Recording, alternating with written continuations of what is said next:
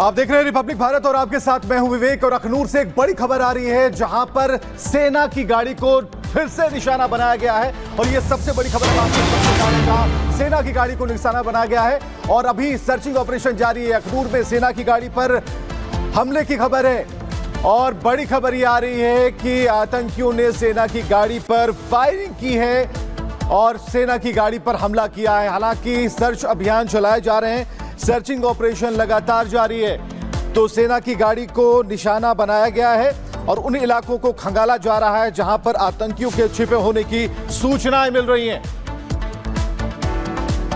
तो इलाके में सेना का सर्च ऑपरेशन चल रहा है। हमारे साथ हमारे सहयोगी गुरसिमरन जुड़ गए हैं। गुरसिमरन, त्राल, उसके बाद गुलमर्ग और उसके पहले हमने देखा था कि किस तरीके से टारगेट किलिंग की गई थी। अभी आतंकवादियों के द्वारा फिर से एक बार हमला किया गया है। क्या ये माना जाए कि चप्पे चप्पे पर आतंकी बैठे हुए हैं और वहां की सरकार कुछ कर नहीं पा रही है? देखिए, आतंकी जो हैं ये नए घुसपैठ कर आतंकी आए हैं। 3 आतंकियों की संख्या बताई जाती है, जिसके बाद ऑपरेशन लॉन्च कर दिया गया है।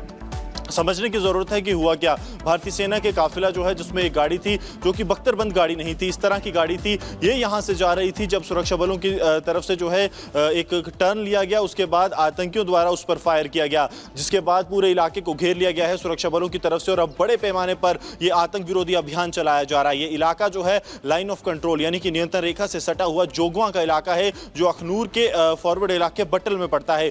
सुरक्षा बल, अब जम्मू कश्मीर पुलिस और भारतीय सेना जो है वो पूरे इलाके में सघन तलाशी अभियान कर रही हैं। सुरक्षा बलों के काफिलों को इस जगह के लिए भेज दिया गया है, पूरे इलाके को कॉर्डन कर दिया गया है। आपको बता दें कि तकरीबन 2 से ढाई महीने पहले भी सुरक्षा बलों को इसी तरह की चुनौती का सामना करना पड़ा था जब आतंकियों के होने की सूचना यहां मिली थी। लेकिन इस बार माना जा रहा है कि यह कंफर्म खबर है, क्योंकि आतंकियों की तरफ से भारतीय सेना के वाहन पर हमला किया गया है। और हमले का मतलब बिल्कुल साफ है कि आतंकी जो है नया घुसपैठ कर आए हैं और कहीं ना कहीं किसी बड़े आतंकी हमले की फिराक में है, जिसके बाद अब सुरक्षा बलों की तरफ से चप्पा चप्पा छाना जा रहा है ताकि इन आतंकियों को मार गिराया जाए। आप ये समझिए कि किस तरह से जम्मू कश्मीर में जिस तरह से शांतिपूर्ण चुनाव हुए हैं, उसके बाद पाकिस्तान बौखलाया हुआ है और चाहता है कि जम्मू कश्मीर में खून की नदियां एक बार फिर बहें, क्योंकि पाकिस्तान को सपोर्ट करने वाला इस वक्त कोई नहीं है। और यही कारण है कि लगातार बड़ी तादाद में आतंकियों को घुसपैठ करवाकर भारतीय सरजमीन पर भेजा जा रहा है। लेकिन अब सुरक्षा बल पूरी तरह से तैयार है और जिस तरह से भारतीय सेना के इसी तरह की तकरीबन एक गाड़ी पर जो है आतंकियों की तरफ से हमला किया गया, यह दर्शाता है कि सुरक्षा बल आतंकियों के निशाने पर थे।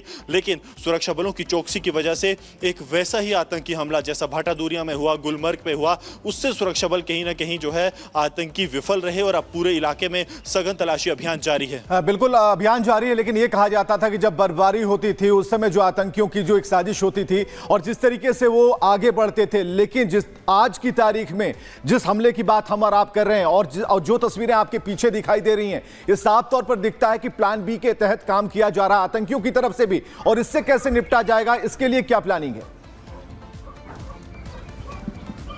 देखिए, सुरक्षा बलों की तैयारी पूरी है। सुरक्षा बल आतंकियों से कैसे निपटेंगे, क्योंकि इस तरह की स्थिति से निपटने के लिए खासतौर पर भारतीय सेना के पास अत्याधुनिक वाहन पहुंचे हैं। ये अत्याधुनिक वाहन इतने सक्षम हैं कि आतंकी चाहे जितनी फायरिंग कर लें उस पर कोई फर्क नहीं पड़ेगा। ये मैं आपको एक वैसा ही वाहन दिखा रहा हूं। ये भारतीय सेना का वही खास वाहन है जिसे अर्माडो कहा जाता है और इसकी क्षमता यह है कि ये आतंकियों के गढ़ में घुसकर भी उसे मार सकती है, क्योंकि इस पर किसी भी बुलेट का असर नहीं होता, आप देखेंगे। और किसी भी टेरेन पर जो है ये गाड़ियां चल सकती हैं, क्योंकि इसकी ऊंचाई अगर आप देखेंगे और इसकी आप देखिए कि कितनी जो मजबूत है, क्योंकि मल्टी लेयर यहां पर सिक्योरिटी रखी गई है। बुलेट प्रूफ ये वाहन है और दुश्मन अगर कहीं भी छिपा भी बैठा है तो वहां तक ये वाहन जा सकते हैं। इस तरह की तैयारी जो है ऑपरेशंस के लिए भारतीय सेना ने कर रखी है और अब इसी तरह के जो वाहन हैं उन्हें ऑपरेशन साइट पर भेजा गया है ताकि आतंकी अगर फायर भी करते हैं तो एक बड़ा सर्च ऑपरेशन चलाया जा रहा है कि अगर कहीं भी कोई भी आतंकवादी छिपके बैठा है तो उसे किसी भी तरीके से सक्सेसफुल नहीं होने देना है। बहुत शुक्रिया गुरसिमरन आपका तमाम जानकारी के लिए। बात करेंगे जबलपुर की ऑर्डिनेंस फैक्ट्री में कुछ दिन पहले धमाका हुआ था। अब इस धमाके को लेकर के एक्स पर एक पोस्ट किया गया है और पाकिस्तान जिंदाबाद हैदर के नाम से इसमें पोस्ट करते हुए लिखा गया है, धमाके की तस्वीर पोस्ट की और लिखा गया है कि यात्रा के लिए थैंक्स। अब पुलिस इस पोस्ट का मतलब समझने की कोशिश कर रही है और ये पोस्ट अब सोशल मीडिया पर वायरल हो रहा है। आपको बता दें कि ऑर्डिनेंस फैक्ट्री में जो धमाका हुआ था उसमें 2 लोगों की मौत हो गई थी, जबकि 11 कर्मचारी इसमें घायल हो गए थे। तो अब इस पोस्ट के जरिए जो थैंक्स कहा जा रहा है तस्वीरों को पोस्ट करके, इसका क्या मतलब है? क्या पाकिस्तान से करेक्शन इसका निकल करके सामने आएगा? पाकिस्तान जिंदाबाद ट्विटर एक्स हैंडल के नाम से क्योंकि इसमें पोस्ट किया गया है। अब ऐसे में पुलिस समझने की कोशिश कर रही है कि ये पूरा मसला है क्या। ये दो तस्वीरें देखिए, फैक्ट्री में जो धमाका हुआ था, ऑर्डिनेंस फैक्ट्री है। देश भर में जो भी रक्षा के उपकरण होते हैं, जो वाहन होते हैं, वो इसी ऑर्डिनेंस फैक्ट्री से बन करके बाहर जाते हैं। और धमाके पर जो विवादित एक्सपोज किया गया उसकी तस्वीर भी देखिए। जबलपुर पुलिस ने इसका संज्ञान लिया है। ये जो ट्विटर हैंडल है पाकिस्तान जिंदाबाद, ये कहाँ किस देश का है ये पता किया जा रहा है। और इंग्लिश में जो उसमें 4 लाइन लिखी हुई हैं उसका एक्चुअली क्या उसका रिलेवेंस है और क्या उसका वास्तविक अर्थ है, ये भी हम जो है समझने का प्रयास कर रहे हैं। अगर इसमें किसी भी तरह का अपराध पाया जाता है तो पुलिस उस अनुसार वैधानिक कार्रवाई करेगी। और चलिए इस वक्त एक बड़ी खबर हम आपको बता रहे हैं। बड़ी खबर आ रही है दिल्ली के जामिया नगर से, जहां देर रात एसएचओ पर हमले का एक वीडियो सामने आया है। और देर रात एसएचओ ने बाइक सवार एक युवक को ट्रेस किया, रोका था। और जो जानकारियां मिल पा रही हैं कि पुलिस ने बुलेट की तेज आवाज को लेकर उस युवक को रोका।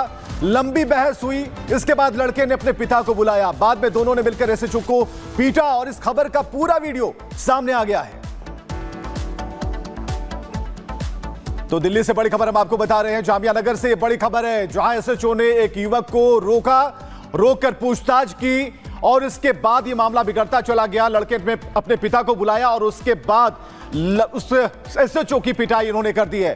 तो बड़ी खबर दिल्ली से, एसएचओ की पिटाई की गई और उसके बाद जो मामला है वो लगातार बढ़ते जा रहा है। आखिरकार ये लोग कौन थे जतिन जिन्होंने एसएचओ को पीट दिया? और पूरी जगह हम देख रहे हैं कि सिर्फ और सिर्फ भीड़ नजर आ रही है। क्या उन्हें घेरा भी गया था? आज बिल्कुल देखिए, जामिया के बाटला हाउस इलाके की ये पूरी घटना जो है वो बताई जा रही है। 26 तारीख की रात को जब एसएचओ और उनके साथ एक कांस्टेबल पेट्रोलिंग कर रहे थे, उसी दौरान उन्होंने एक बाइक को रोका। बुलेट वो बाइक थी, साइलेंसर में बहुत ज्यादा आवाज आ रही थी और उसी के चलते चालान जो है उस बुलेट बाइक का काटा गया। इसी बात से उस बुलेट बाइक पे मौजूद 24 साल के आसिफ गुस्से में आ गया। उसने अपने पिता को फोन किया, दोनों वहां पर पहुंचे और बाटला हाउस के पास जो भीड़ है वो इकट्ठी हो गई। भीड़ इस कदर इकट्ठी हो गई कि जो बीट पर एसएचओ और कांस्टेबल थे उनको घेर लिया गया। उस दोनों के साथ मारपिटाई जो वो की गई है। एसएचओ को बताया जा रहा है कि उसकी आंख के पे कई वार किए गए हैं, विजन की प्रॉब्लम है, अस्पताल में उन्हें भर्ती कराया गया है। हालांकि उसके बाद पुलिस बल मौके पर पहुंचा। उन दोनों ही बाप बेटे, जिसमें से एक 24 वर्षीय आरिफ है और पिता का जो नाम है वो जरीरुद्दीन के तौर पर जाना जा रहा है, इन दोनों की जो गिरफ्तारी इस पूरे मामले में कर ली गई है। लेकिन सवाल यही खड़ा हो रहा है कि आखिरकार त्योहारों के समय पे जब पेट्रोलिंग पुलिस कर रही थी, उसी दौरान एक बाइक को रोकना एसएचओ के भारी पड़ गया। इस कदर भारी पड़ा कि भीड़ ने मार पिटाई करना जो एक तरीके से शुरू कर दिया। और तस्वीरों में भी आप देखेंगे कि एसएचओ की गाड़ी वहां पर खड़ी हुई है, जो बुलेट बाइक है वो सड़क के एक बीच में खड़ी हुई है और उसके बाद जो भीड़ है वो कहीं ना कहीं एसएचओ के साथ मारपीट करती हुई नजर आ रही है। इस मामले में दिल्ली पुलिस का साफ तौर पर कहना है कि जिनकी बाइक थी और पिता ने को जो फोन करके बुलाया गया, इन दोनों की इस पूरे मामले में जो गिरफ्तारी है वो इसकी जांच लगातार जारी है। बहुत बहुत शुक्रिया बातचीत के लिए। अब इंतकाम की आग की हम बात करने वाले हैं।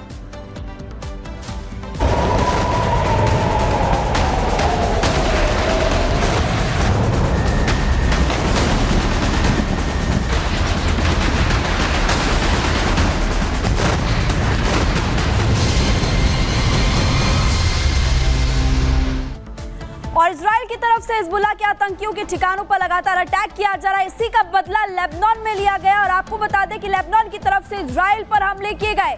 जी हां, हिजबुल्लाह ने 90 से ज्यादा रॉकेट्स दागे हैं। बड़ी खबर इस वक्त हम आपको बता रहे हैं। और इजराइल की अलग अलग जगहों पर अटैक किए गए हिजबुल्लाह की तरफ से। हिजबुल्लाह के आतंकी भी पलटवार करते हुए इस वक्त नजर आ रहे हैं। और आपको बड़ी खबर फिलहाल हम बता रहे हैं, इजराइल की तरफ से जहां कई ठिकाने ध्वस्त किए गए, कई आतंकियों को मार गिराया गया लेबनान में, वहीं पर अब लेबनान की तरफ से भी पलटवार किया जा रहा है। और अभी ये बड़ी खबर आपको बता रहे हैं कि 90 से ज्यादा रॉकेट्स जो है वो दागे गए हैं।